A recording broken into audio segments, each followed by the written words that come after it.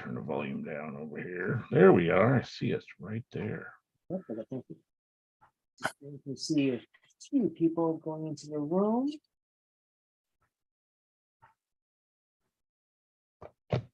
Excellent. Got it. Well, ladies and gentlemen, welcome to another episode of the Virtual Cantina Watch Along as we are on the march to Mandalorian Season 3. My name is Spencer. I'm one of your hosts for the evening, and running the motion for today is Dave. Dave, how are you? Hey, I'm doing very well this evening. Excellent day. And above Dave in the boxes, we have Jeff. How are you, sir? Good. Just got back from doing laundry. Ooh, fun. Excellent. And along with us is Mr. Notman, the governor. How are you, John? I'm doing great, Spencer. Looking forward to a very special evening with our guest. And I just got back from one of the Disney parks, Festival of the Arts at Epcot. Brilliant venue. Excellent. So before we introduce our guest tonight, just a little bit of our housekeeping. First and foremost, our TeePublic store is open with a bunch of new items. Dave, do you want to quickly go over them? Andor shot first. He shoots first a lot. That's right. He takes no prisoners. So yes, we've got a couple of, like, an Andor special that just dropped today. Is we have you call it the wall, I call it Operation Phyrexity Bricks.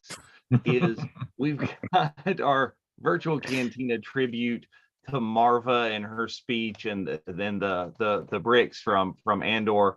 And we do have an idea presented by our friend over at the Blob of the Hut podcast. We have an Andor Shot First t-shirt. And you can still get classics as Yippee-Ki-Yay Dank Ferrick and the Space Boston. So all of those things are out there at TeePublic. I think they're running a sale today. All proceeds for TeePublic are going in my back pocket. No, seriously, they are. All proceeds from TeePublic go to help us purchase swag for you that will be handed out at cons and Star Wars Celebration. And speaking of Star Wars Celebration, as we've told you all, Boonta Eve 4 in London is completely sold out, but you can get great merch off of our TeePublic site, including our tribute to Leia Alderaan pin, as well as our London Underground Boonta Eve shirt, and a whole bunch of other stuff. So please take a look at it. It's all on sale right now. But we have a very special guest tonight, and he's a favorite in our group, a great family member, and I believe this is his fifth visit. Yeah. Sixth is coming. Cantina. Welcome back, Chris Bartlett. Chris, how are you today? Hey, I'm great, Spencer. It's so great to see you guys again. I never get tired of watch-alongs and with you guys in the virtual cantina. So thanks so much for having me. And it's an absolute pleasure. And now that we actually get to see you after, a lot of us saw you briefly in Anaheim, want to thank you very much for surprising a lot of people at Boonta Eve. It was great to see you come by during Alderaan Idol and just hanging out with everybody. Oh, it was so much fun, you guys. So thanks for doing that. It was really, I really love hanging out with my friends, especially my fellow fans of Star Wars. And anyway, we just had a great time, and everyone was so nice. So thanks for throwing that. Oh, it's our absolute pleasure. And as you just mentioned, we're going to be doing our next one in London, actually at a place called the Breakfast Club. So if you can imagine the marketing that we have set up, Star Wars, but we're sold out tickets 3 months in advance already for the event. So can't beat that. Good for you guys. Yeah, we're pretty stoked about that. So as everybody's seen, the other night during that horrible football game, I had turned off after halftime. And I don't know Conveniently, but I couldn't even watch it. Wait, you turned it off? I couldn't watch it. after halftime. After halftime. Okay. I watched it. So I was going to say the trailer made up for the fact After that the beginning of halftime. Oh my God. But it was what an incredible trailer. Said so much without saying anything at all, and so many twists is great. And the fact that they kicked off the entire game with Giancarlo, it's just awesome, and we're all psyched. This is going to be a big year for Star Wars. We already are in the middle of Bad Batch season 2, and so many other shows and programs coming in. It must be very exciting, knowing so much is going on, Chris. Yeah, it was an awesome trailer, right? We got to see so much in it. I love seeing that we're going back to Mandalore, and I love seeing so many droids, and love seeing Grogu kind of appearing like he's coming into his strength. I thought that's good. I'm really excited for all of it. There was some cool. There was some cool surprises in the trailer. I think the Fricks laughing, that just made me kind of giggle as well. And to see Bo-Katan and the Night Owls drop out of that ship was just such a cool. That was really awesome. Okay, the droid bar was actually the droid handshake was worth the price. Oh yes, the trailer right handshake. There, yes, the meme handshake. You son of a bitch handshake was. Yes, yeah, that was great. Right, seeing Carl and Mando. Oh, sorry, Grief and Mando. There you go. Greeting each other after a long time. Yeah. And battle droids, and it was just like. Right, battle droids. How long have they been hanging around? Right. Yeah, hiding in the shadows. So very excited, but if we have any questions tonight, Dave, how can people ask? If you have a question this evening, I am monitoring. You see that I'm doing this and this. I'm monitoring the YouTube feed over here. I'm monitoring the Facebook feed over there. So go ahead and just type your questions in the chat, and we will get to them at a time that is convenient, not to break into the conversation, but we'll get them in there. So ask away. So we are going to be watching chapter 15, The Believer, which is such a powerful episode. Incredible performance by Bill Burr, like a performance that I've never seen Bill ever do, that I thought he should have been nominated for something for that, because he just killed it in this episode. But one question we actually have because we didn't get to talk to you, Chris, for one of the episodes in Kenobi, was One Jack. That scene on the top of the building. Oh my God, there was some great fire action in that one. Yes, One Jack, who we recently got a Hasbro Black Series figure for him, and One Jack was awesome. I worked with you and all day on that episode, and the direction I had was, this needs to be pardon my language, but this has to be the most kick-ass protocol droid ever. So he needs to be able to run and jump and stuff. So I worked with the costume to tailor it so that I could have a much different stance than 3PO. It could have a wide, gunslinger kind of stance, and that I wanted to be able to, I'm dual wielding pistols, and anyway, he was so much fun. And I have a little behind the scene details on that too. But anyway, we can talk about that later. No, that's absolutely incredible. And you brought up the Black Series, and I was just thinking about this the other day. I think that for somebody who's been in multiple shows, I think you have more figures in Black Series and Funko than probably any of the actors in Mandalorian put together. Oh no, Mando has many variations, right? Mando's got many different characters and got figured for almost every one of them. Well, let's see. I mean, I have 2 Black Series, and then I have 1 Funko, and then I have 1 regular. It came in the droid pack with Ned B, One Jack. Yeah. So yeah, I don't. All I've got is 0. That's the I got. Yeah, I have that one.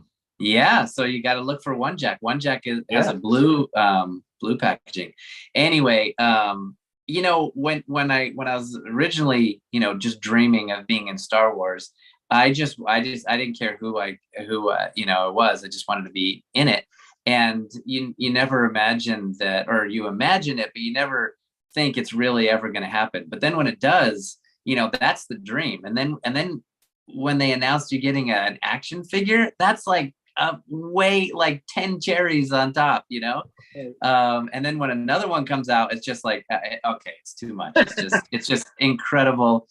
And I'm so happy because Star Wars action figures were such a big part of my childhood that to have a couple of my own characters that I helped bring to life is just a dream. Also adulthood, but and adulthood. Yeah, I've got them right some here. really good ones. Right on my desk. Yeah, right there. And you had a nice cameo as a Proko droid on Alderaan, didn't you? Yes, I did. Yeah, you can see down there in the corner down there. Yeah. Yes, I was really happy that 3PO could make an appearance and we could establish that he was on Alderaan during this time and with R2. So that was a real treat. And just a real brief story about that behind the scenes was the producer said, "Okay, Chris, once you suit up, you don't have to put the head on. Just put on the costume and then you can come out and we can block everything and you can meet the cast and stuff." And I was like, this is the first time they're going to be meeting 3PO. I think I'd want to do a little more, honor the character, revere this character a little bit more. So I put on the entire thing and came out in character. And of course, 3PO, wherever he is, he's lost. So and R2 was already on set. So you had this really cool little reunion where that everyone was witnessing. And I was like, is this a droid maintenance facility? And I was like, R2D2, it is you, and so you really have this warm, fuzzy, magical kind of moment that I had when I see R2, but I feel like everyone, maybe they had too when they see them together. And that's all I was trying to do, is just to do reverence to this really iconic character that Anthony Daniels has created with George and with Lucasfilm. So that was a very special day. That's a great description. I always think that C-3PO has this "what's going on" type of attitude. Yeah, he's always a fish out of water. He always is, except for on Alderaan, we finally get to see him doing what he does best, which is in a gentle social engagement, doing, under no duress, just translating for aliens and humans, that was finally, we get to see him in his, what he does best, instead of, falling out of Ewok traps and getting blasted by stormtroopers. So that was special to be part of that too. Having his head swapped. Yeah, exactly. That was another, wonderful series, and I was very happy for everybody that got to sit with the cast on opening night and watch the first 2 episodes. So very jealous for you guys to do that. Dave, anything before we in the crowd before we start the episode next 5 minutes? Oh, just a few little spoilery things. Is Bryce is asking, was it Chris that took Grogu from the Jedi Temple? So we find out that it was Chris. We find out. Oh yeah, I rescued. Of course, right? I rescued Grogu Chris from is the like, temple because. No. Do I? Yeah. Can I answer that? Can I not? Because why not? I mean, I don't know if you're aware of my particular set of skills, but it's not really very heroic characters that I play. So, but yes, just a lot of fun and a lot of thanks for joining us and really great comments about some of the roles that you've played in the chat. I was curious if you'd seen the most recent episode of The Bad Batch, season 2.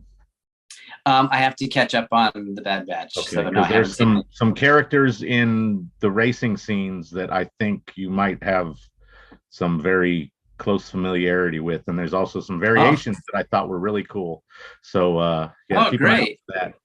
But I was going to ask for your reaction to that, but since you haven't seen it, I'll let you. No, and I'm going to be catching up. I just been. It's one of the better episodes that they've shown of the 4, I would say. But, it's the 4th one.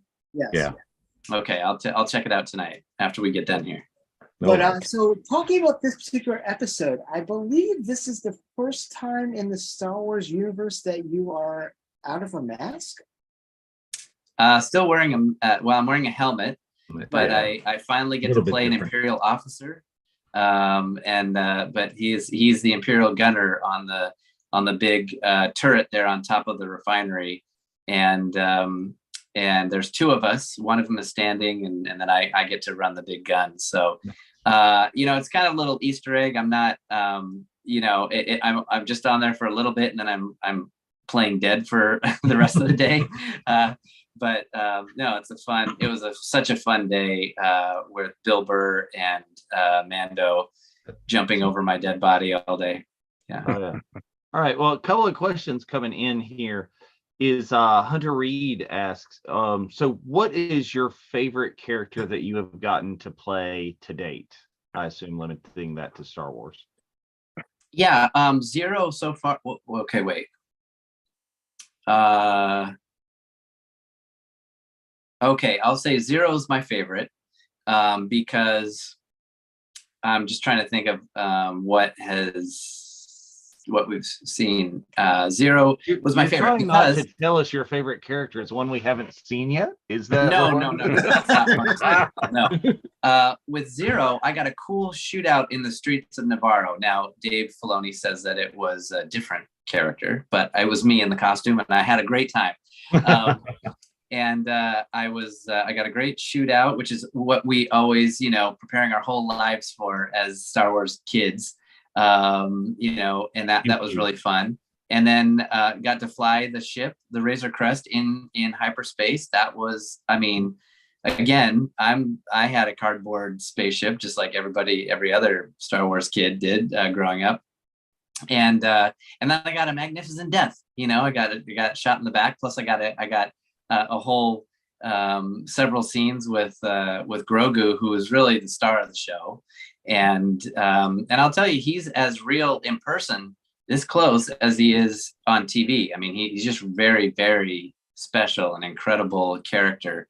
So yeah, I would say Zero is my favorite one because he was so cool looking already and kind of menacing as like this bug character, and so I just had a lot of fun being inside him and seeing everyone's reaction to this droid, because he did look so cool. He was very different from he was very different from C-3PO, who's always so proper, and Zero could be very cool and spooky. So I really liked that about him too. But the shootouts and the flying in space, I love too. And just looking at the Black Series figure, he's like carrying basically the same gun as Boba Fett. Okay. So when I got to set that day, and they hand me what looks exactly like Boba Fett's blaster. So there were no Boba Fett episodes by the time they hadn't done those. Yeah, there you go. There were no Boba Fett episodes yet. So when they hand it to me, I'm like, oh, did I steal Boba Fett's blaster? Like, wow, this character is just, this deal is getting better all the time. So, but yeah, apparently it wasn't. It was just exactly like it. Right. But, it's the same model gun. But then if you go and continue and watch the Book of Boba Fett, Boba has a new blaster. That's true. Oh yeah. So he's got a variation that's it could be. Maybe it was his after all. Yeah. Well, one of my favorite moments before we begin. One of my favorite moments, by the way, is the character, the ferryman. So, and I'll tell you why I like that moment was when you pull up a speeder for Mando, right? He's got the droid, and he turns to you and says, "No droids." And just that look, it's body language, right? It's just that kind of. Yeah, right. Exactly. Well, you think about it. Thank you for saying that. You think about it. The ferryman's been out on the ice all year, maybe longer, and he's alone. He's cold, and he has one job. That is to call speeders over. And Mando comes over, and I brought over the best one in the script. the lines were all in English, and he says, oh, but I assure you, this speeder is brand new. He just arrived on the Spinwood freighter. He was very proud that he has a brand new shiny new speeder. And Mando's like, no. So I was like, okay. Then he gets Brian Posehn instead, which is actually right. good. And that was such a fun surprise. And he didn't have any like makeup or anything. He just had goggles. Oh, I recognized Brian right away. Brian just being Brian. Yeah, that was Met awesome. him a couple times. He's a cool guy. Well, he's a very sweet guy and also a massive Star Wars fan. Also, his speeder as well. He's massive. he's a big guy. His speeder was totally practical also. So when that thing that thing is huge. It's way bigger than Luke's land speeder in A New Hope. Right. And when that thing swings around, I was just like, I want to ride in that, but I got to stay here on the ice. But anyway, it looked really cool. Yeah. Yeah. Very cool. About that time, so I want to make sure that everybody has chapter 15 all queued up. Is everybody just about ready? Oh yeah. Yep. We're talking The Believer, right? Yes. Yes, yes, sir. And we'll watch the all the intro stuff at the beginning. No skipping. No skipping. Okay, you say when to hit play. All right, we're gonna start in 5. Okay. 3, 2, 1, play. They need to update those lovely. And of course, they start with the destruction. Oh, and then the snap again. And cries across the Star Wars universe rung out when the Razor Crest was destroyed. Yep. Oh yeah, that was pretty intense. That moment after all that had happened that episode too. Mm-hmm. Well, so that was the one thing I don't think anybody predicted that they were going to destroy the ship. Yeah. And a wobbly lip when they find the little knob and the Beskar spear. Yeah. So for the most part, I don't think any of us really listened to the audio too much. Okay. So we got the subtitles on. Oh, smart. So I mean, I watched this. Yeah, we can kind of follow along, but just anything that catches your fancy, you've done it before. Yeah, I love in here that they're showing from the season 1. Bill Burr, with Clancy Brown, and Talia Tennant in the death of Matt Lanter. Brought that on himself. Or Matt Lanter. Oh well. That's pretty good. Credit those to have been killed on the Mandalorian. Sure. And I love the first shot is the Phil Tippett special. Right? Yes, that's amazing. Yeah, that's right. The practical with the craft whatever it's called. Yeah, my good friend Mark Dubois worked on that crane, and if you were at Celebration, that miniature of this scene was there too. Right. That they used for filming. That's amazing. You see the New Republic droid there, who appeared. Their kind appeared in The Prisoner. Yeah, that's right. We've got the little on the prisoner ship. Yeah. His lower half gave me K2SO vibes before they panned up, so you could. Yeah, that's similar technology, right? I don't know if we've seen the New Republic droid at any of the Celebration events, right? I've seen K2SO, but not that. No, I did see pictures. Maybe it's because it was on Dustin's social media, but there has been a couple of Ned B's showing up at cons. People cosplaying. Oh yeah, I've met one. Yes, he's massive too. Made 100% out of foam. It was so cool. Loved it. Foam is a great medium. Dustin's a sweetheart of a guy. What's that? Dustin's such a sweetheart of a guy. Oh, he is. Yeah, we are good friends, and he's we talk often. He's a very good guy. Speaking of foam, my beer koozie here that I use is made out of foam. Wow. That is tall. I love it. So, yeah, you're another guy. Big chair. There's the other guy. So over here in the chat, Mark Von Olin is asking, what is your prediction of who will rule or who should rule Mandalore? Hey, Mark. I know Mark. Who should rule Mandalore? Yes. I mean, I can't answer a question like that because then it's Mark. But if it's my opinion, just my uninformed opinion. I don't know anything. It seems like Mando, right? Because he won the Darksaber, correctly. Right. Right. It's also, yeah. Except Whether that he he seems sort of, much like he doesn't really want it. See, that makes a good leader, doesn't it? That's somebody true. who doesn't aspire to the position, but somebody Right. He's not trying to do other things. And that was actually a theme that was actually brought up in the first episode of Kenobi, where Leia actually says she doesn't want to be a senator, and Bail turns and said, and that's why you're going to be the best one. Right. Right. Absolutely. Exactly. Oh, I love this. This is one of my favorite parts. Yes. The interior of the fire spray. No, slave one. I'm sorry. I am officially muting Jeff's feed. I just had to be politically correct for a moment. It's slave one. Right. We all know what it used to be called. That's the name of the ship. It is a fire spray. Anyways, that interior is amazing. That's the making, right? Yeah, the make of it. But yeah, so that was all done on the volume, obviously. Yeah. But it really, we always wondered, like, what happens inside the ship? What's the point of view inside the ship when it goes to take off? Mm-hmm. So this is really cool. If you remember the original Kenner toys, except for where the hatch where you could put the Han Solo, you could only open up the cockpit, and that was it. You had those two slots in the front and the back. And right. You turned the little flippy fins, and that was about it. Right. So Mark says that for ruler of Mandalore, he's Team Din.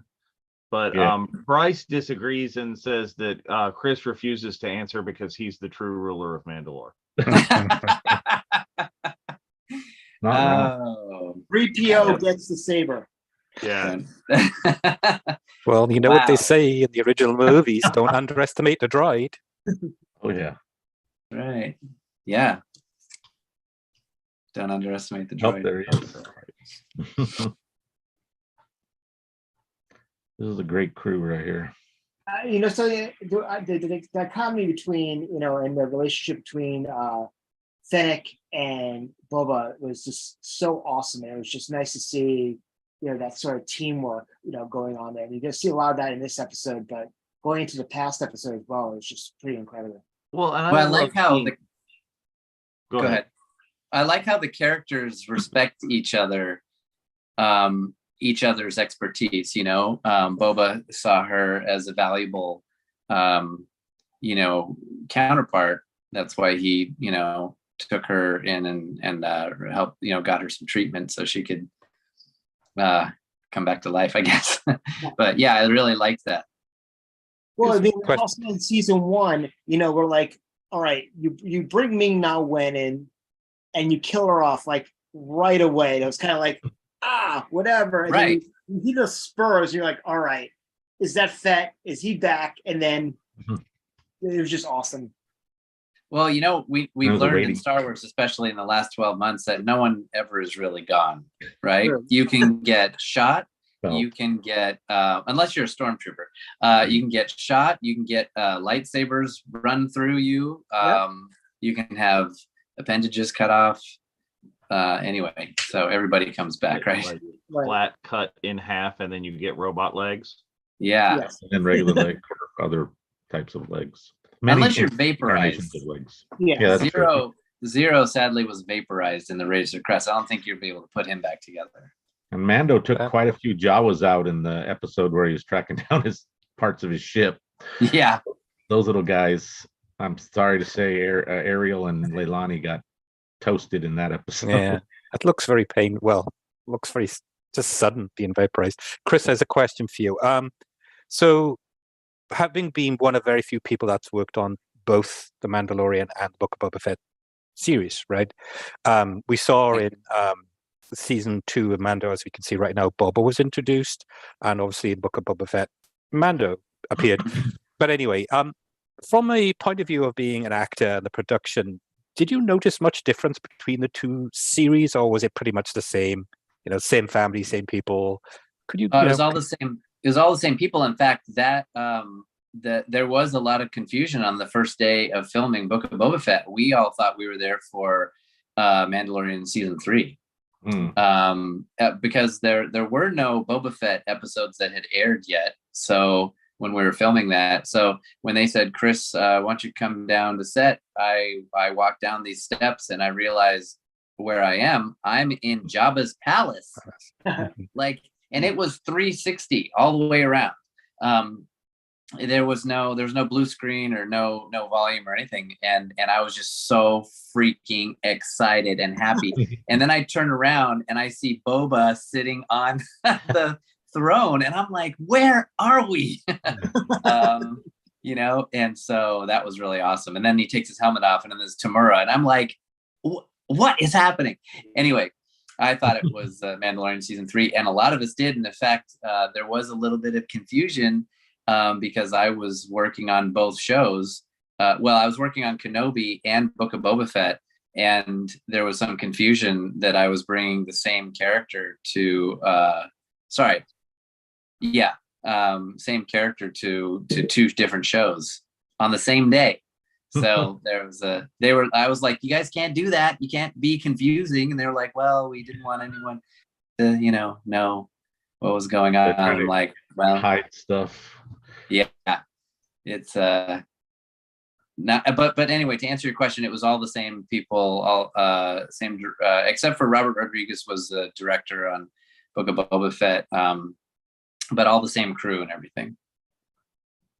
Yeah, so Katie is saying that there is hope that there's got to be more than one of that Zero droid made. So, there's the Katie. potential to play that character again.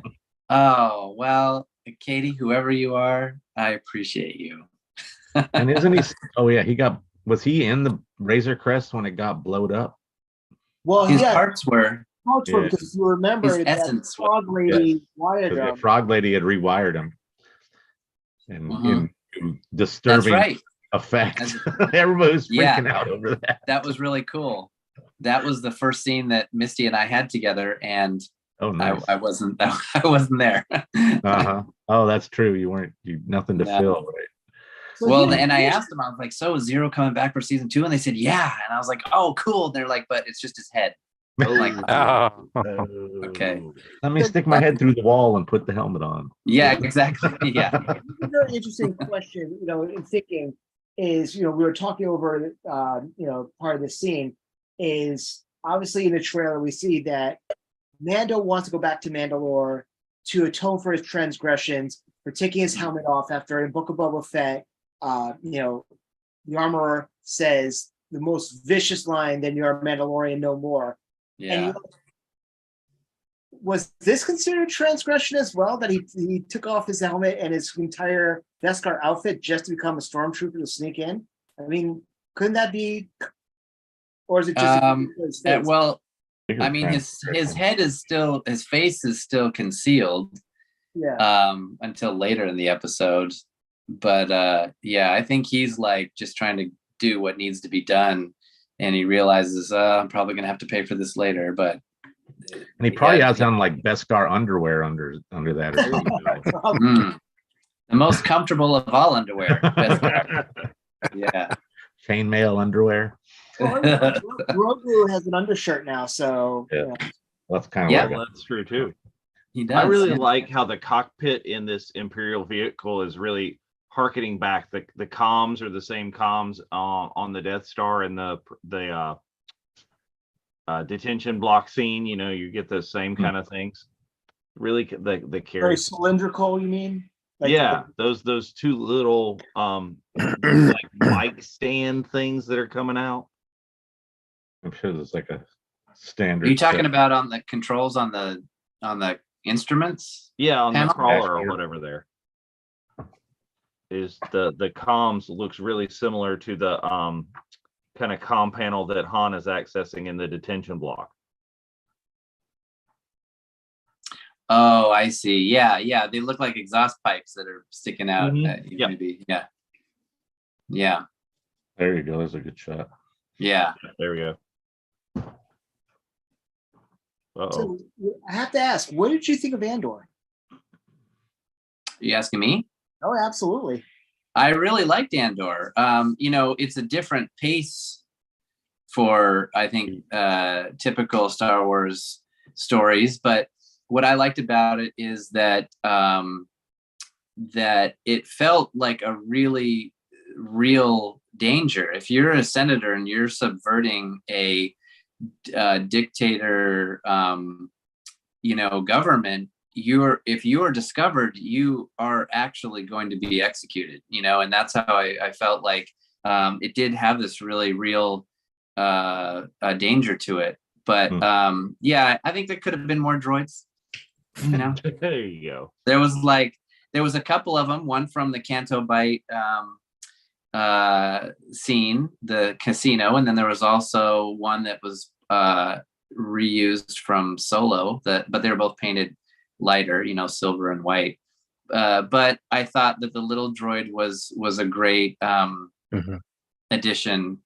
He spoke in basic, but he looked like an astromech kind of. I loved his different movements inside and his kind of wobbly wobbly personality. Yeah, I liked that a lot. His little stutter.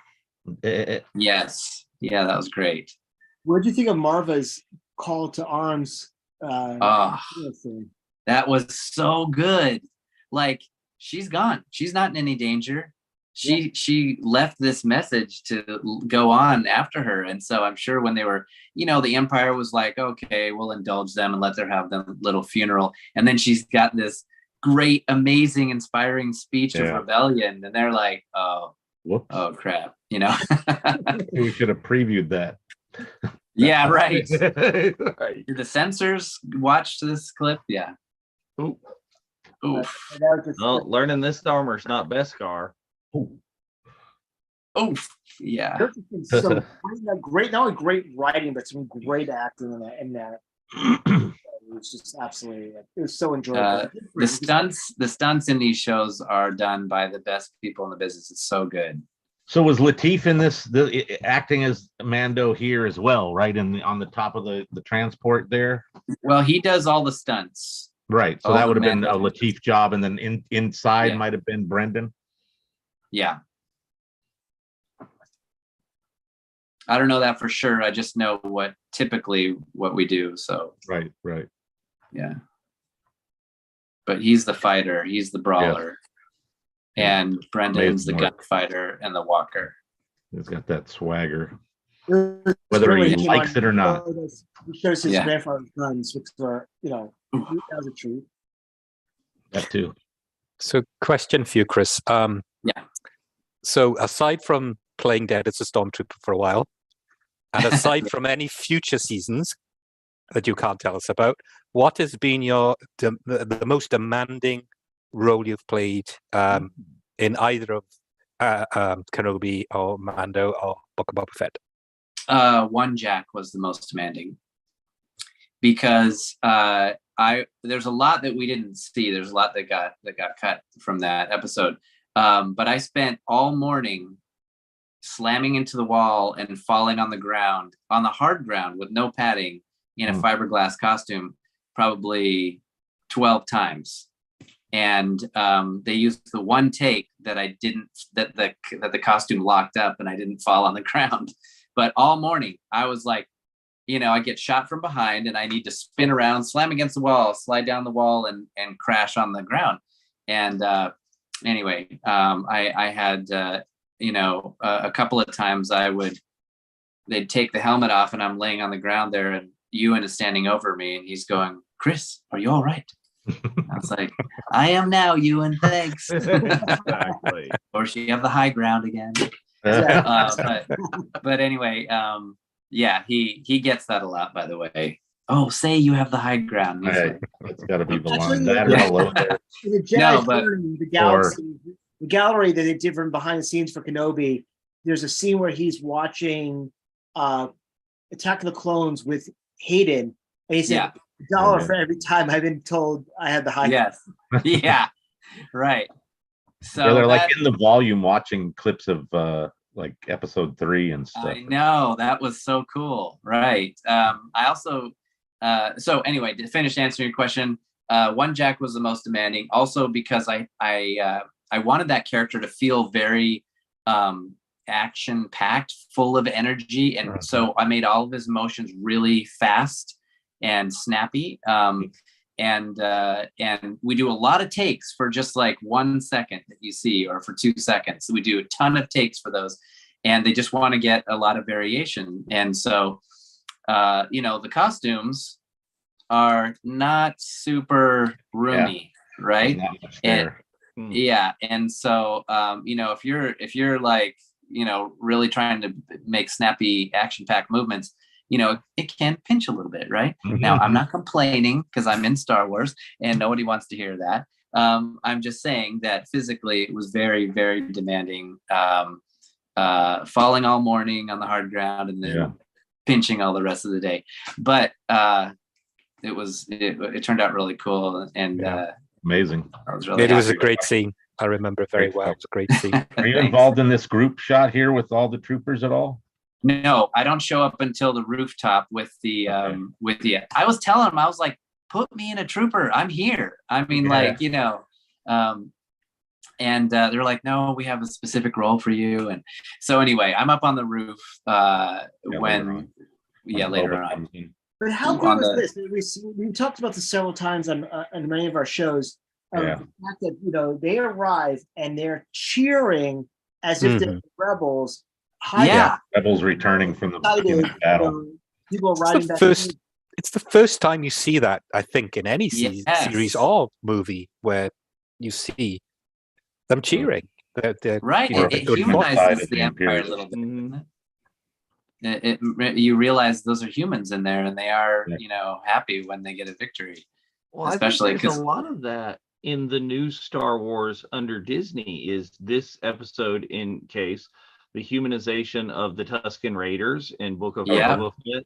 The Tales of the Jedi episode, though it's animated, showing a more human side of Count Dooku. Right. It goes back to that one crawl. I think it was Revenge of the Sith. Maybe it was Attack of the Clones. I'm not sure, but the crawl that said there are heroes on both sides. Remember that? Yes. Yeah. And you think like there wouldn't be heroes on the bad guys. There wouldn't be heroes there. Well, to them, there would be. Exactly. From a certain point of view. Yeah. Right. But from a certain point of view. You're here we go. Richard Brake, such a great actor as well. It was a nice variation of the Imperial officer that's not a Brit or, he's got a different thing going on. Right. I think it's Are you saying us Brits are naturally evil? Yeah, I'm saying you're well represented in the Star Wars universe. In American cinema, yes. Yeah, well, that's pretty much true too. Oh, who's that guy? What? Look, you have a face. I must clear you. Wait. Scanning. Look. There it is. And it's kind of cool to see things being used that we've only seen as like, sort of costume accessories or whatever. Yeah, Greeblies. It's like, here, this is what this is for, and this is right. Right. Yeah. Oh wow, that's great. This is a great moment because they're going through adversity, right? And they really are in the hornet's nest, and he's just getting something done, and it's like, now he has to deal with hang on a minute. Who are you? What are you doing? Because everything has to go easy in Star Wars. Like you can't, Right. It's like James Bond movies, right? Everything just goes according to plan. Or indie or whatever. Yeah. What's your TK number?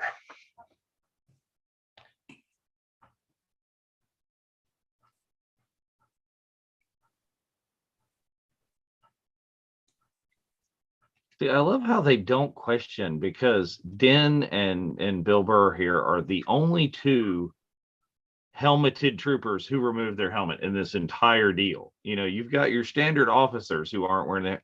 These two guys, the only two cruising around, no helmet. Everybody in the background, helmets. Yeah. Helmets. Yeah. And of course, they talk about the TPS reports. I'm like, okay, so you have an Office Space reference. Right. Right. I'm like, oh my God. Always But this- something for the multiple fandoms. This actor is so good in this scene. He's so scary. Oh yeah, big time. But they really did a great job building up this scene to feel this danger. That's the danger I was talking about, like in Andor. You really have this sense of actual danger. It's a different level. They talk about Operation Cinder, which was one of the premises of the original Battlefront game. Right. That's right. When after the Emperor died in Jedi, was to just, basically dismantle the Empire and basically leave no tracks behind him. Yeah. And you have the guy who basically was the one who pulled the trigger on that. It's pretty awesome how they're linking like everything. Here we go. Somebody's There we go. Mhm. Sitting at the turrets. Yeah, that's me. Wait. Nice. Well, you've got the big backed helmet. Those are Yeah. like Death Star trooper type or controller type Gunners. They're Death gunner Star helmets. gunner. Yeah, Death Star gunners. That's what it was. Yeah. That's what the figure was called. Right. Yeah. And all along, he just wanted to celebrate their success. Right. Nothing to worry about. Mark wants to know, do you know your rank? Did you have a rank there, and do you know what that would be? I don't know what my rank was. No. I don't know the rank system of Did the costume have any of the insignia like that officer?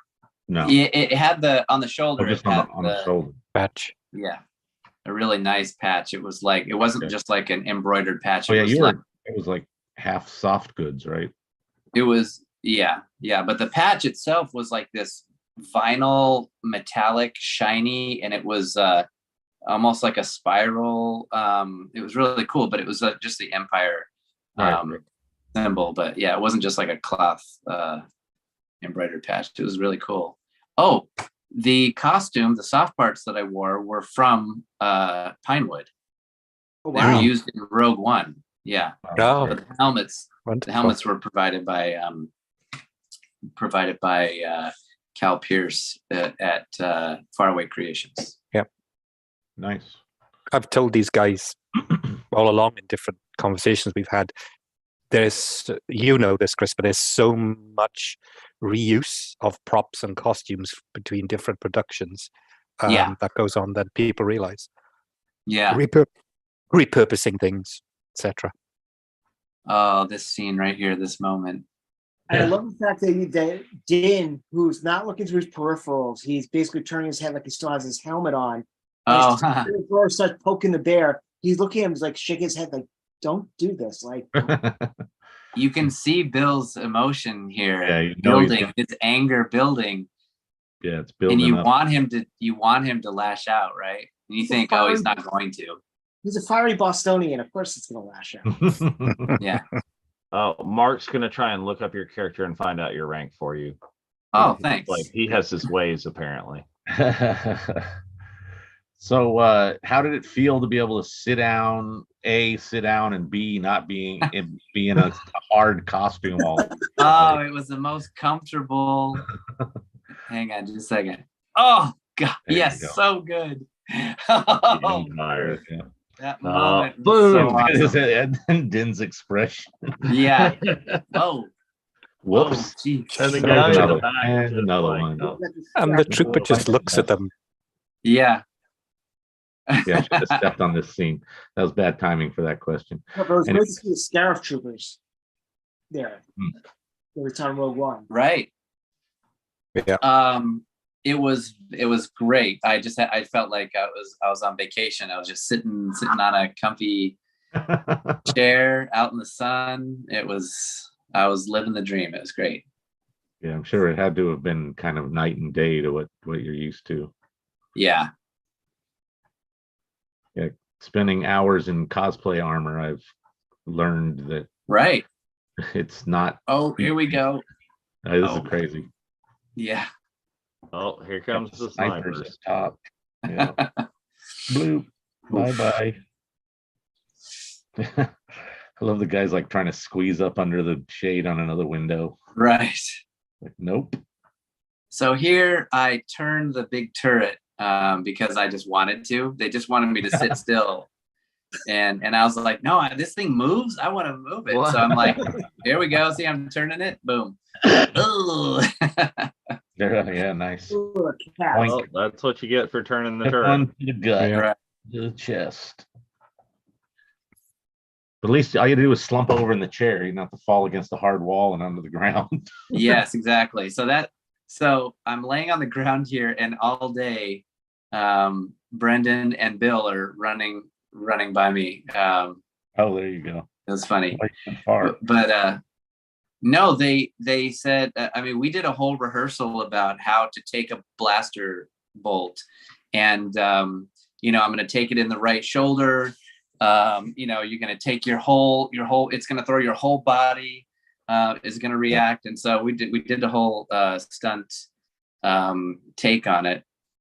And then it's gone in like half a second, it's just, yeah. But it adds to the whole story. And it was just kind of a fun bonus day for me. It wasn't I think I did get a screen credit, but it was, as the Imperial Gunner. Right. Yeah. There's Still tons of fun, right? Mm-hmm. Any of us would want to do it. So if you guys have any other questions in any of our chats, Dave is monitoring, so please. I am. I'm checking out the chats in all the places. I think what the coolest thing I thought about here in Slave One is seeing how big it really is on the inside. It gives you better of a sense of scale. The Kenner toy assumed only room for Boba Fett and his cargo. So, how is this? Oh, this is amazing callback. Right? Seismic charges. So great to see seismic charges here. What was good about seeing the interior of Slave One is that you'd only seen minimal in the original trilogy, and then him and Boba, or him and his dad, I mean. In Attack of the Clones. In Attack of the Clones. Right. It looked like an uncomfortable ship to be in when it was in that upright position, but when it levels out. The whole entire episode, we've not talked about Boba's Earl Shine paint job. Well, and that was my comment, is nobody else commented on it at all. They just like, okay, walk by his new paint job. Nobody says anything. Maybe it's not that out of the ordinary for people to, swap up the paint job real quick. And Bill Burr's whole mentality is so someone has to sleep at night. And when he blew up the refinery, it's just like he feels everything.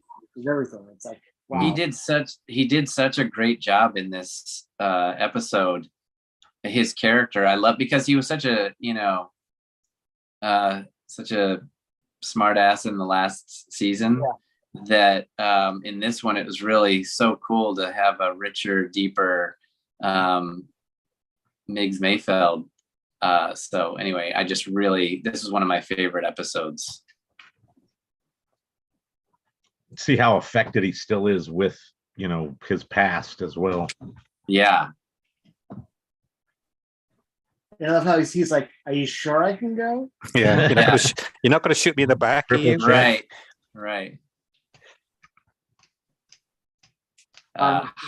Slave One, boom, and he's gone. Mm-hmm. Yeah.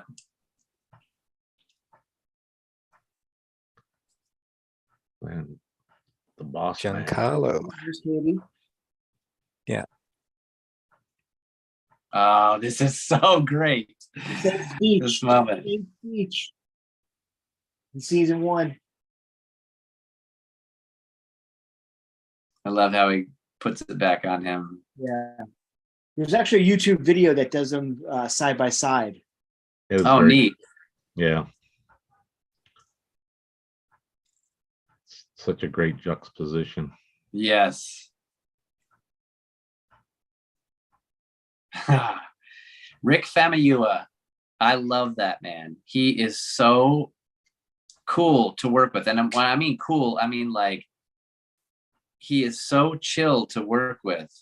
You know, he's also super collaborative. Like if he wants you to bring ideas and he will work with your ideas and make something even better. And anyway, he's just such a great director. And he was also announced at Celebration that he's going to be an executive producer for season 3. So that's awesome. So cool. I'm so happy for that. That's amazing. So Lila has a question for you. Who? Lila. Hi, Lila. One of them. And Lila would like to know, like, of the known planets, what planet setting would you hope to have like a dramatic scene in? A dramatic scene. Well, or any sort of, you know. Oh, dramatic. I mean, I the dramatic scenes are always fun. I really liked well, shoot. I almost Yeah, don't say that. what was the planet that in Kenobi where it looked like Blade Runner? It was called Whoa. What happened? Oh yeah, there you are as the But that's not me in that costume. That's not in that scene. That's funny. Anyway, I did play that character in Book of Boba Fett. that's what says. He was a fancy alien. He wasn't that guy. Anyway, I'm trying to think of the name of the planet that one Jack was chasing Obi-Wan on, the one that looked like a Blade Runner planet. Oh yeah. We know we just generally call it Blade Runner planet. I called it Hong Kong because they look the same. Right. I think it's not like Dayu or something like that. Anyway, it was. I really liked being on that planet. It's Dayu. Dayu. Yes, I'm looking on Wikipedia right now. Oh, I remembered. Good. Good remembering. And I liked it because filming in it was so cool. It was so dark and like I said, like Blade Runner, but it's kind of like the underworld of Coruscant. You know, it was nighttime and neon, and it just really felt really cool. But I think where would I like to have a dramatic scene? Gosh. I don't know. I would just I love dramatic scenes, so wherever they are, I mean, I would like to do them. But you know, let's see. I've been on Tatooine. I've been on Dayu. Alderaan. Gosh, I Alderaan. I now, and you know what I should do is make a list of the planets I've been on. So, but anyway, I would say I love underworld kind of, you know, so that's why I really like Dayu. There's so much going on and so much unpredictable things and characters and things, so that I really like that one. So being also a fan of, you know, your entire life, the original trilogy, how did it feel to actually be, we finally got to see Alderaan and you got to be on it? Like, how did that feel? It was very fancy. You know, Alderaan growing up was just a pile of rocks, right? I mean, we never really saw it. So until the prequel trilogy, when we saw those spires of the buildings and everything, and it was so cool. So when I was on it, it was a kind of a, you know, in that hall, that sort of cultural hall. That's pretty much all that I saw. But how did it feel? I mean, it was a special day because of 3PO and R2 being there. And it just felt really magical of all the days I feel like that I've played on any of the shows. Being on that VW commercial before it came out was kind of like a foreshadowing that you were going to end up being in the show as well. Well, we filmed that after the show. Well, really? Oh, wow. After we filmed the show, we filmed that commercial. So I already knew I'd already had my days with you. And what was cool was we were on, so I have a 1962 Ford Econoline window bus, which is like the Ford version of the Volkswagen bus. And we were doing a commercial for the brand new Volkswagen bus. And Ewan is a huge Volkswagen fan. And so he's got a vintage Volkswagen Transporter, which is like a pickup version of the bus. Mm-hmm. And he had it there in the parking lot. And I was talking to him about it. And I showed him a picture of my van. He was like, and we started talking about like how we approach restoring old vehicles and stuff. And I was like, this is such a cool moment. But anyway, he's very down to earth and we both ride vintage motorcycles and both drive and restore vintage vehicles. And so it was really cool to connect with him that way.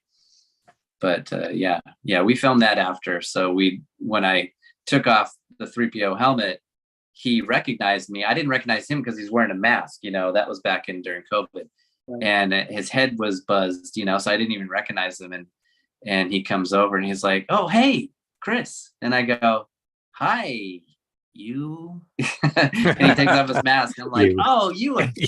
You. Good to see you. Should have said hello there. Hello there. Right. Question. Yeah. Oh. John Oh no, we got a freezer. Do we lose Notman? Yeah, he's not disconnected. He's stuck in. That was actually very similar that how you felt. Brendan told us about the time when Ewan came on. You back my and he didn't recognize him at all. When he was in the screen test for Obi-Wan, and Brendan was getting ready for Mandalorian. He was doing his test on the volume, and Brendan's like, "Hey, how are you?" And then afterwards, it's like, "Oh my God, that was Ewan." Oh yeah, he wasn't like recognizing him even without a mask on. He was just like it was what he was doing at the moment. Sorry. Well, and he's not he's not like, "Hey, Ewan." He's very soft spoken. And he's just happy to be there. So he's pretty low key, but in a pleasant way, not like in a Werner Herzog kind of way. Sorry, I'm not sure what happened to my internet then. But anyway, the question I was about to ask was, you mentioned Rick Fomaya and what it's like to work with him. So not in a bad way, but in a good way. What are the different challenges? And is it difficult to adapt to certain directors' styles for you, particularly? Difficult? I don't know. I don't think difficult. You just want to get to know them a little bit. Like Deborah Chow, who did The Prisoner and also all my Kenobi stuff. She is always very serious, but she always has some really inspiring kind of things. Like she'll go, "Chris, I want you to give me that zero energy." And like everyone else is like, "Give me zero energy. What do you want?" I know what she means. Keyword. Give me that zero. Give me that bounty hunter, that hunter. Give me that hunter energy. And I'm like, I know what you mean. I got this. So she's really cool, but very serious. And you really, you want to do a good job for all of them. But like contrast her with, say, Bryce Dallas Howard, who is like, Bryce Dallas Howard, working with her is like building a blanket fort on Saturday morning and eating Fruit Loops in front of cartoons. I mean, she's so like, you can hear her giggle or laugh, throughout the day because she's so joyful, and she's having such a good time. And when I was filming Book of Boba Fett, that scene in the elevator where the alien goes in the elevator with Mando, that was with Bryce and Jon Favreau were both on set that day. And they were trying different things with me. They were like, she would say, "Chris, I want you to do this." And then I would do that. And then Jon Favreau would come over and he would go, "Chris, I want you to do this." And I'm like, okay, I'll do that. And so I do that. And then she comes over and say, hey, Chris, remember I said I wanted to do this thing? And I'm like, oh, yeah, but okay, yeah, I'll do that. And so we went back and forth a little bit. They were just trying different things, you know, just trying timing and stuff. And I was just doing all kinds of stuff in that elevator to try and make it as awkward or slightly funny or serious as possible. And so Jon Favreau comes over and goes, who's super down to earth, just like your next door neighbor, goes, hey, Chris, I want to take you to comedy school. And I was like, oh, cool. Great. So we walk over, watch my performance on the monitor. And he goes, see this, do it just like that, except for wait here and then do this. And I'm like, oh, okay, we're just doing timing. So then I went back and I did that. And Bryce was standing there and she was like, just do it like what Jon said this time. And I'm like, okay. So they're very, very nice to be able to work with, there's no like conflict. It's like, oh, let's try this. Let's try that, and we're all just there trying to make the best Star Wars we can for the fans and for ourselves too. So, I mentioned Rick, Deborah Chow, Bryce, and then working with Dave Filoni and Jon Favreau.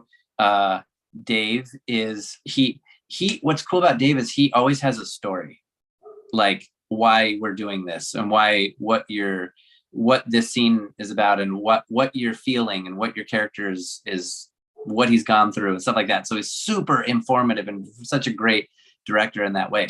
And the way that Jon is he'll come in and go, what we're filming today is like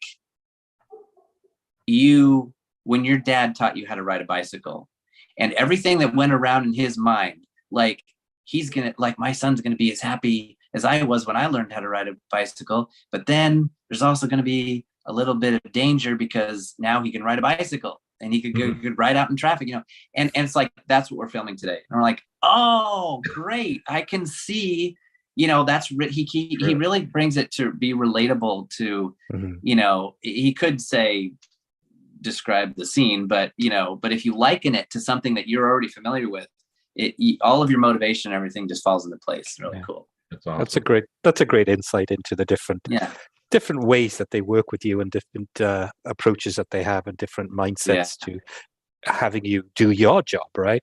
And certainly, but they do always appreciate if you bring up your own ideas and you're not just like a person filling a costume. You want to, as an actor, you want to like, and so I'll go home and I'm coming up with all different kinds of voices for this one character who's probably going to be dubbed over anyway, but maybe they're not. And, or like, where did he come from? Or, so, and then I'll share those kind of ideas in the day while we're talking, and they're like, or I'll just try stuff without saying what I'm doing. And they're like, yeah, keep doing that. That's always gratifying when you brought something to the character and they like it. So keep doing that. So one thing Brandon brought up is that he mentioned that he likes to play around with Dave, especially when Dave gets giddy talking about his animated characters like Ahsoka. Yeah. Is Dave like really giddy when his animated characters are being talked about in a live action format? Is the question, does Dave get giddy when he talks about his live action characters? Brendan alluded to the fact that, like when Ahsoka or animated live action, he gets very like excited, like his babies are like grown up. I mean, imagine you thought up this character on a yellow lined notepad, right? And you have drawn this, and then you did years and years of animating this character, and now we get to see this character in real life. So that brings all its own challenges too, because there are characters that so Ahsoka, we've seen her. She was animated and very stylized, meaning like she didn't have a ton of extra detail, very sleek and things like that. But that's because she's a cartoon. And what Dave says is cartoons are caricatures of something in real life. Well, we've only seen this character in caricature form before. So now she's going to be in real life. She's going to have way more detail and maybe difference in her voice or her mannerism, maybe a little bit, because she's the real thing. Okay, fictionally, the real thing, and the cartoons are a stylized version of the real thing. So think about that when you watch a show, possibly that you see characters that we've only seen in cartoons, that they will be a little different because this is the real thing. As opposed to being a personification of the animation, they're the opposite. Right. The animation is the stylized version of the real thing. Right, so right. Yeah. We have a question in the chat from Mike, our good friend Mike. Question for you, Chris. Would you like to play a Star Wars character that is not a droid? Oh, I have played, Mike. I have played characters that are not droids. A couple of aliens, and an Imperial gunner. But I think my mom would like me to play a character with, you can see my face without a helmet or mask on. Yeah, I would very much love to play a character. I'm a little older, and I'd love to play an Imperial officer or something, where I could have some kind of dramatic character. But my personality is not very dramatic, and so I think it would be really cool stretch and to play something that's challenging like that. But I'd love to play a character that maybe where there's prosthetics, where you could see my face through the prosthetics. I would definitely love to do that too. But I'm grateful every single day for the characters I get to play, and thankful they have that I have as many as I have. So but yeah, I would love to play a character that was not a droid. As much as I love droids. I think what's wonderful about you, Chris, is we're introduced to a new seasonal series. I know that I can speak for Spencer, Jeff, and Dave. We're always thinking, is that Chris? Is that Chris? Is that Chris? Would that be Chris? I love that you do that, and I appreciate. I see when we're like, where's Waldo? I love that, and I hope that there will be a few more surprises for you in the future. So thanks for playing along. So what was your thoughts on the fact that Orville is now on Disney Plus? So your Kalon character is now right. I know. Right. I say, Disney, keep them coming, please, and I will continue bringing characters that you never thought of before. So I'm just really so grateful to be part of this family. Yeah. And Orville, I never saw that coming to Disney. That's fun. Well, speaking of droid characters, is Chantel has a question here. Chantel. Anthony Daniels famously talks about in his book and in any interviews just the uncomfortable impracticality and the pain caused by the original 3PO costume, pieces sliding down and slicing into your shin. Have there been any improvements or new innovations in the 3PO costume or any of the other droid costumes that make playing them easier or more comfortable? Was it Chantel? Yes. Well, there have over the years. Anthony had to wear the very first one. Nobody had worn it before him, so he was the guinea pig for working these things out. And as with every single costume, the first time you put it on, you're going to find things that are pinchy or things that are knifing into your foot or hurting your head or whatever. And so then you're like, oh, okay, can I get a little padding here? Can you shave off a little here or whatever? And so we've done that with the droid costumes a little bit a lot over the years. And I played a droid character in the very first episode of Book of Boba Fett called UK2B, and he was very understated. It was the droid that had the big red light that walked the Gamorrean guards in before Boba Fett, and in that one, the head was rubbing. It was a fiberglass cap inside, and it was rubbing really, really hard on my forehead, and it felt like some kind of ancient torture. And I was like, can we get any kind of like padding or something in there just so I can go the rest of the day? And so it turned out all it was, they had it back too far or too far forward or something. So we just like tilted it a little bit. So sometimes it's things like that's very minor changes will make a world of difference. You know, like if I have a 1/4 of an inch or 1/2 an inch space right here, it makes it feel like the helmet is a living room instead of a torture device. So there have been plenty of changes over the years, Chantel, but it's still very physically demanding, you know, in the costume. And you're still looking through basically straw holes, you know. Aren't you kind of in like a weird position as well, with like the way his arms come out to the sides and right, kind of keep that pose all the time? I'm sure that upper torso's got to be crazy. Well, in the costume, you know, I can put my arms almost all the way out and all the way down, like hanging all the way down. Okay. So whenever you see the droid standing like that, this is the performer, right, doing that. You know, and then you got to hold them all day, you know, or like, you know, until they say cut. But that's all part of the performance. But like an example of things that have been improved is the shoes are no longer vacuum formed plastic where they shatter and knife into your foot. They're rubber, so they can flex, and also so this leg has something to cushion onto, you know, things like that.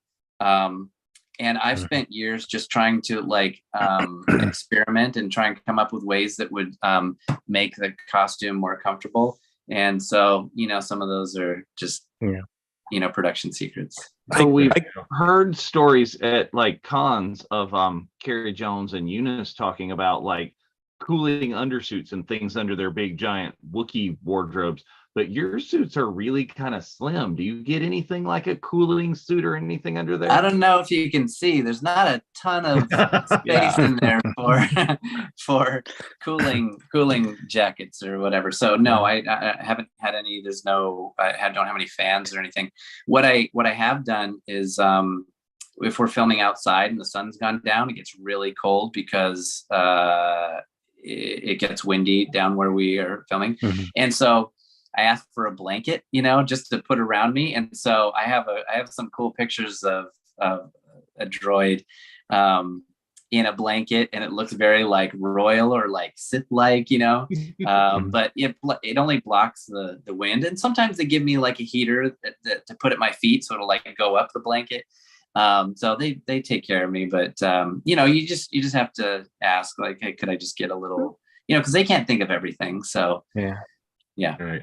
I was lucky enough to ask that question that Chantal just asked you to Tony Daniels in person in Chicago, and he basically said 3D printing.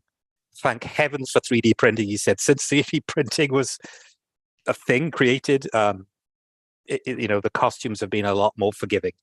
So that was a great insight to talk to him about that. I agree. I hadn't mentioned that, but yeah, there's 3D printing has been an incredible advance way forward for costume building, as you guys know. But also like, hey, could I get an extra 3/4 of an inch width here? Oh yeah, we'll just print another one.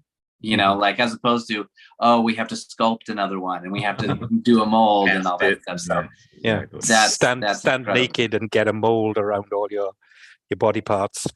Right. You know, at the Rogue One premiere, Alan Tudyk went up to Andy Daniels and asked him, you know, what'd you think of my performance? And Andy basically gave him an expletive. He's like, you didn't have to perform inside a suit. Like, get away from me. Yeah, I mean, he's right. That is a major challenge of being a suit performer, is that one, you have to be able to endure the suit. Okay. The other thing is you have to push the character through the costume out and be able to be read, because, you know, a lot of times the costume parts are heavier. So you might be moving as much as you think you should be. And then you watch it on camera and it looks like, oh, you're just moving just a little bit. Oh, that's because inside you're like this, moving like this, but because of the weight of the costume and stuff, you need to like overdo it so that it can push the character through the costume. And so there's that part. And then also if you're doing a voice and then remembering lines and then also hitting your marks, because if all you can see is like this, you know, you have to be able to hit your marks. And if you're running, I mean, there's a whole set of challenges to being in a costume and all of it's so fun. And all of it is so cool to try and like, you know, when you're in it, you're doing the voice and you got your lines and you're making the scene feel really real for the other actors and you're hitting your marks and stuff. It's just like it, you know, they don't notice it until you aren't doing it right. You know, if you're not doing it right, then it's like, oh, we're having a problem here. But anyway. Our great friend Kevin Thompson said very much similar to you. You know, you rehearse to hit your marks, and then when you actually do something live, he said it's almost like a dance. You think 2 steps forward, 1 to the left, right. 2 steps forward, 1 to the right. So it's memorizing the sequence of what you're about to do. Just in terms of movement of your body. Exactly. There's a whole choreography that sometimes you have to just do yourself because you might be the only one in that kind of a suit in that scene. So yeah, that's another way. I definitely, okay, maybe we could talk another time, but there was a character that I had that that I couldn't see out the eyes. Misty has almost every one of her characters is like this. You can't see out the eyes. And I just had this tiny window right here. And so I knew that if I was looking where I'm supposed to be looking, I won't be able to see anything. So what I would do is I would look like this, and it looks like my character's looking that, but I'm really like looking at you. And then I'm like, okay, that's where I got to go. All right. And then I just walk like 8 steps and do everything I need to do. But man, if I'm like running or like cowering from an explosion, or I got to get out the door or whatever, like it's a lot of fun to practice or to try and hit it. But I don't think really everyone on set can appreciate how little you can see and how much you have to really physically do to make it look like, oh, that just looks natural, you know? Yeah. That's wonderful. Yeah, it's a lot of fun. Insight. Okay. You know, one more thing about that is when I go to conventions, I love it when people come in costume. And I always try and do a character video. If you go on my Instagram is Chris F. Bartlett.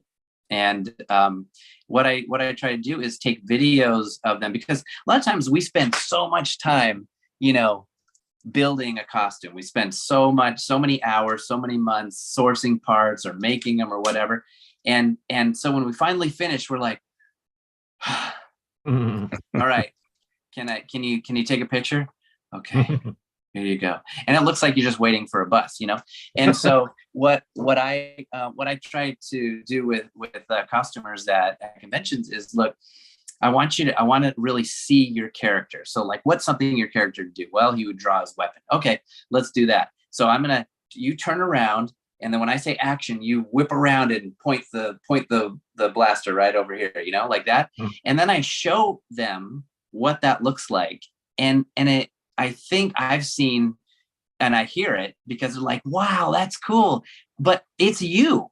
I mean, you did it, right? I just captured it on film, or on the phone, but it's you. And so I try to show, the costumers that, look, you're not a costume. You are a character. So you are a living, breathing. I want you to like walk around the way Mando would walk, or talk to people, you know, like a stormtrooper, like, all right, we'll check it out, you know, like that. So that other people will feel your character, and you will also feel it, because it's going to be really fun to do, and you get to see people's reaction. But I think it's, you know, like I said, some people, they spend so long on building their costume that they're just satisfied with a costume. But you just push it just a tiny bit more, you get an actual living character that people mistake for the real thing. So that's why I try to do a bunch of little reels at conventions, and I post them on my Instagram. So if you come to a convention I'm at, please come over and bring your costume.